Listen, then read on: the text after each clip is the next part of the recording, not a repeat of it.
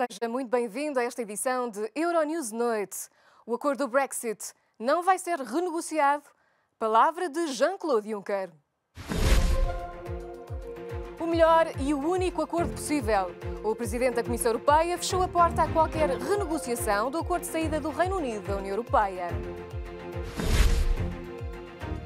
Menos migrantes a chegar à Europa, mas mais mortos no Mediterrâneo. É a conclusão do mais recente relatório do Acnur.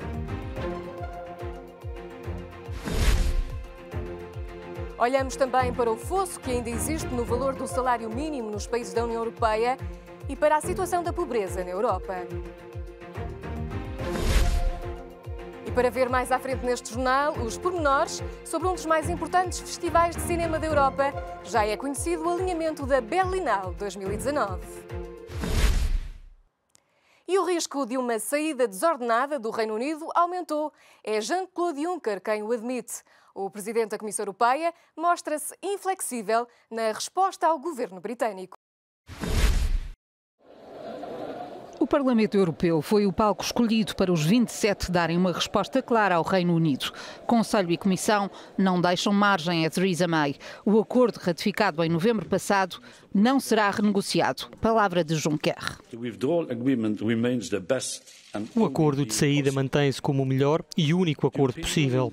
A União Europeia disse-o em novembro, dissemos-lo em dezembro e várias vezes depois da primeira votação na Câmara dos Comuns em janeiro. O debate e a votação de ontem não mudaram isto. O acordo de saída não vai ser renegociado. Deixem-me dizer-vos com clareza que o voto de ontem aumentou o risco de uma saída desordenada do Reino Unido. Apesar do risco, a União Europeia diz-se preparada até para os impactos negativos de uma saída do Reino Unido sem acordo. O mecanismo de salvaguarda de que o Presidente Juncker falou faz parte do acordo de saída e este acordo não será renegociado. Nada faremos. É tão simples quanto isto. E digo com calma que vai enfraquecer o mercado interno. Nada vamos fazer para comprometer o futuro da União Europeia nesta fase da negociação. A presidir aos trabalhos estava a irlandesa Mairead McGuinness, vice-presidente do Parlamento Europeu.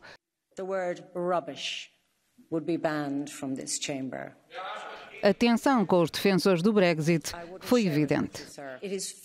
É um assunto demasiado sério para brincarmos com ele no Parlamento. Isto não é a Câmara dos Comuns, é o Parlamento Europeu. Mandatada precisamente pela Câmara dos Comuns, Theresa May tem 2 semanas para mudar a posição de Bruxelas. O debate sobre o Brexit decorreu no Parlamento Europeu, mas o braço executivo da União também contribuiu com mais garantias para evitar o caos no caso de não haver acordo. A Comissão Europeia apresentou mais 3 propostas para o plano de contingência. Por um lado, quer que os estudantes com bolsas Erasmus possam terminar os estudos nos próximos 12 meses. Tanto os 14 mil europeus que estão no Reino Unido, como os 7 mil britânicos que estão nos restantes 27 países. Em segundo, propõe que o tempo de trabalho dos europeus a viver no Reino Unido continue a ser contado na íntegra para o cálculo de prestações sociais que vão receber quando voltarem ao país de origem, por exemplo, as pensões de reforma. Em terceiro, que os pagamentos com fundos europeus, por exemplo, aos agricultores ou aos cientistas, continuem a ser feitos até ao final de 2019, desde que o Reino Unido continue a contribuir para o orçamento comunitário deste ano. Já o Governo de Portugal mantém-se alinhado com a posição oficial de Bruxelas. Augusto Santos Silva participa quinta e sexta-feira na reunião informal dos ministros dos negócios estrangeiros da União Europeia em Bucareste. Apesar de Venezuela, Síria e China serem os temas oficiais na agenda, dificilmente não será abordado o tema do Brexit. Entretanto, o ministro português disse que só havendo um pedido oficial do Reino Unido para adiar a saída da União, que está prevista para março, é que se poderá equacionar uma renegociação. Numa entrevista à Rádio Renascença esta quarta-feira de manhã, Santos Silva disse que a União Europeia tem tido muita paciência com as chamadas linhas vermelhas do Reino Unido. Logo, a bola continua no lado britânico. Isabel Marques da Silva, Euronews, Bruxelas. E há menos migrantes a entrar na Europa, mas mais mortes no Mediterrâneo. É o que revela o relatório do Acnur sobre o que aconteceu no ano de 2018. Um documento denominado Viagens Desesperadas. Em média, morreram 6 pessoas por dia na travessia do Mediterrâneo durante o ano de 2018. O relatório do Alto Comissariado das Nações Unidas para os Refugiados aponta um total de 2.275 mortos ou desaparecidos para 139.300 pessoas que chegaram à Europa.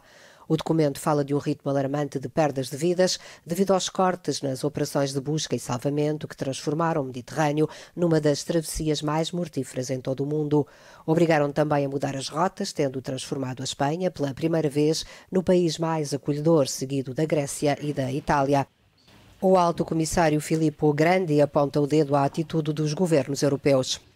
It's a race between countries not to take the people. So it's a negative race. It's an anti-solidarity race that the governments, for political reasons, are performing, pushing the responsibility of this rather simple gesture to take a few miserable people in their country. They are carrying out with each other.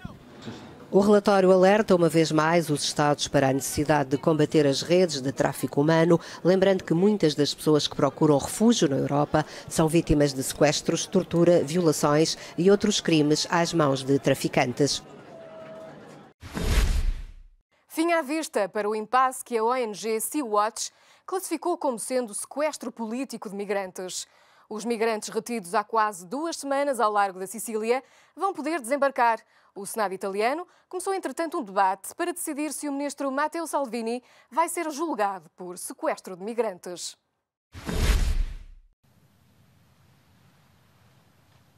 Os 47 migrantes a bordo do navio Sea-Watch vão finalmente poder desembarcar. O primeiro-ministro italiano, Giuseppe Conte, garantiu o desembarque, pondo fim a um impasse que dura quase 2 semanas. Vários países assumiram receber os migrantes: Portugal, França, Alemanha, Luxemburgo, Malta e Roménia. Em Itália poderão também ficar alguns.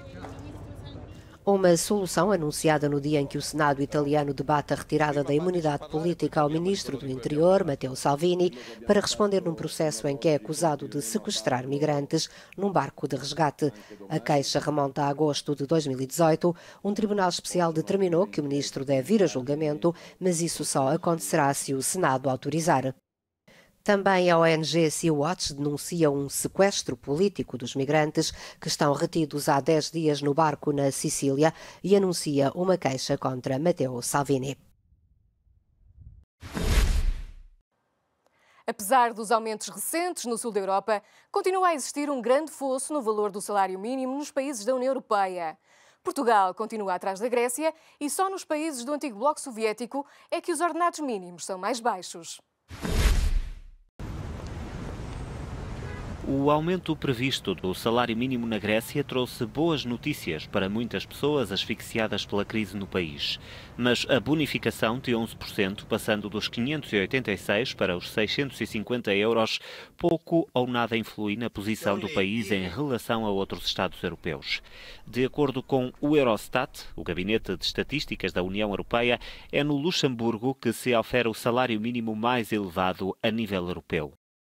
A Holanda, a Irlanda, que também atravessou um período de austeridade, França e Alemanha seguem-se evidenciando a disparidade face aos países do sul da Europa. Em Portugal, apesar dos aumentos, o salário mínimo continua a ser o mais baixo se comparado com a Grécia e Espanha. O governo estima que o aumento para 600 euros em 2019 beneficiará mais de 750 mil trabalhadores. Os países do sul da Europa foram torturados ao longo dos últimos anos pela crise financeira. Portugal e Espanha aumentaram agora o salário mínimo e procuram aproximar-se dos países do norte da Europa. Mas ainda há seguramente um longo caminho a percorrer até chegar lá. Na Europa Central e do Leste é notória uma tendência de aumento do salário mínimo. Na Hungria, na Polónia, na Eslováquia, houve mexidas. E na República Checa, o Executivo anunciou um aumento do salário mínimo para 518 euros, depois de meses intensos de debates com sindicatos e federações patronais. Notícias animadoras, mas que deixam claro que a ginástica financeira é para manter.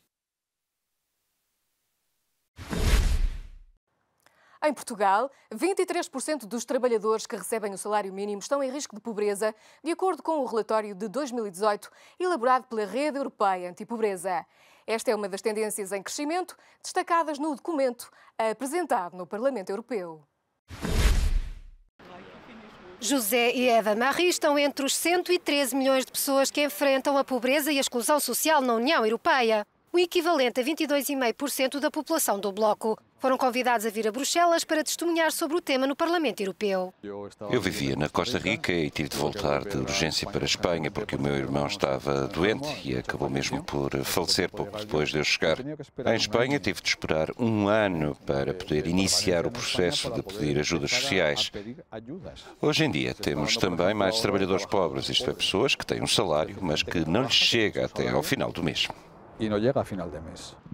Os trabalhadores já representam 9,6% das pessoas em risco de pobreza, cerca de 32 milhões de pessoas na União Europeia. Para Eva Marie, investigadora universitária que tem agora um emprego a tempo parcial, o problema é a crescente desigualdade. Na Finlândia, as pessoas ricas estão a receber benefícios fiscais e, ao mesmo tempo, estão a ser cortadas as ajudas sociais para os mais pobres. Os meus amigos e familiares têm-me ajudado, evitando que eu tenha problemas mais graves, como perder o direito ao crédito.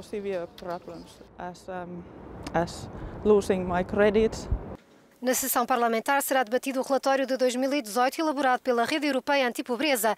Entre as razões que contribuem para o aumento de pobres, a organização menciona salários mais baixos, contratos de trabalho precários, mais difícil acesso à habitação e preços mais altos para energia, comida e saúde.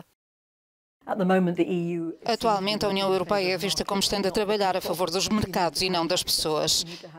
Precisamos de maior justiça tributária, mais sistemas de redistribuição que permitam investir na dimensão social do Estado.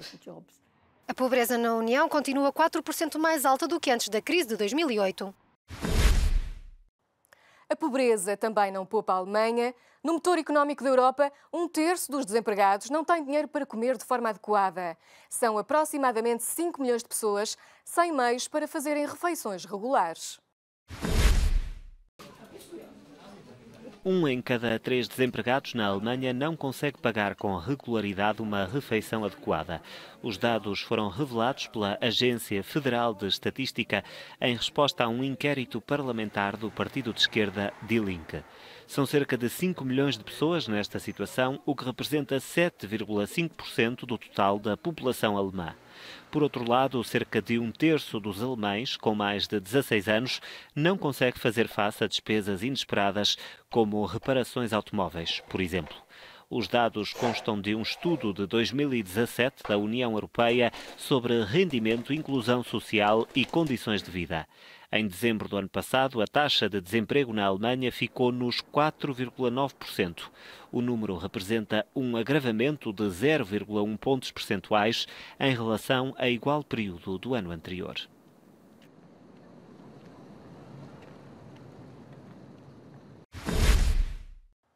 Na Venezuela, Nicolás Maduro continua a operação de charme junto das Forças Armadas. O presidente do país garante estar aberto ao diálogo e agradece o apoio de Vladimir Putin. O apoio dos militares é mais importante que nunca para Nicolás Maduro e poderá decidir o braço de ferro com Juan Guaidó. Em visita à base militar do Forte Tiuna, o presidente venezuelano exigiu justiça para os traidores, mas garantiu estar aberto ao diálogo com a oposição e acusou os Estados Unidos de estarem por trás da autoproclamação de Guaidó. É a primeira vez que isto acontece. É apenas a frustração da Casa Branca porque eles não conseguem controlar a Venezuela.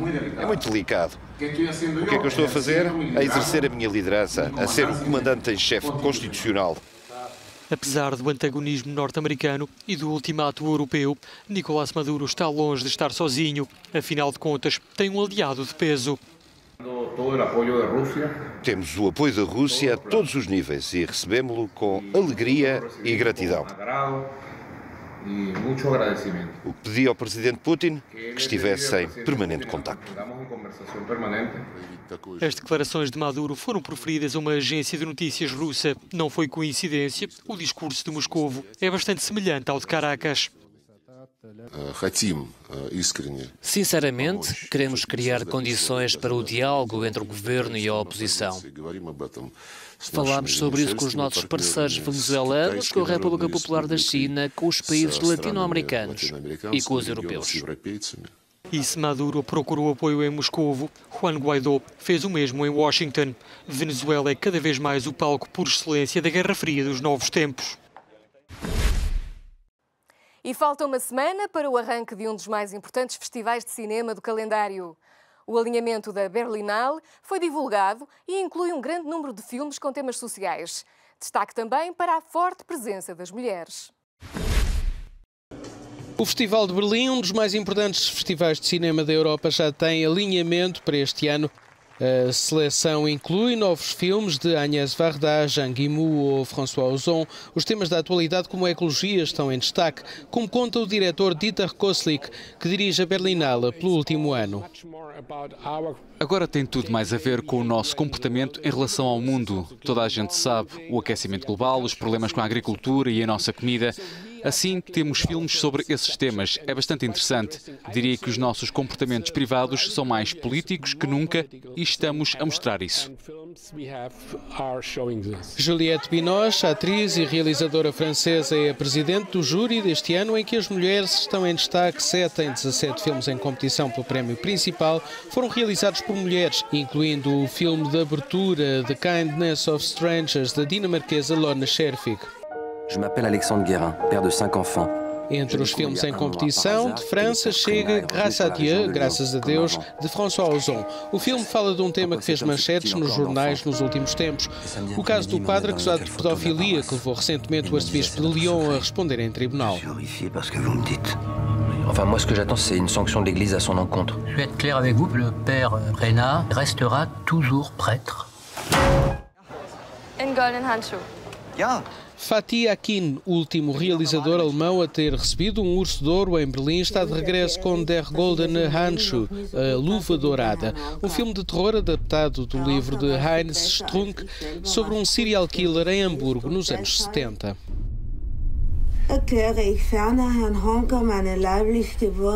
A Berlinale vai decorrer de 7 a 17 de fevereiro. Quanto às presenças lusófonas, destaque para Marighella, de Wagner Moura, do Brasil, apresentado fora de competição, a Portuguesa, de Rita Azevedo Gomes, e Serpentário, de Carlos Conceição, ambos de Portugal, e apresentados na secção Fórum. Como sempre, muito obrigada por ter estado connosco desse lado. Conto consigo na próxima edição de Euronews Noite para sentirmos o pulso da atualidade europeia e internacional.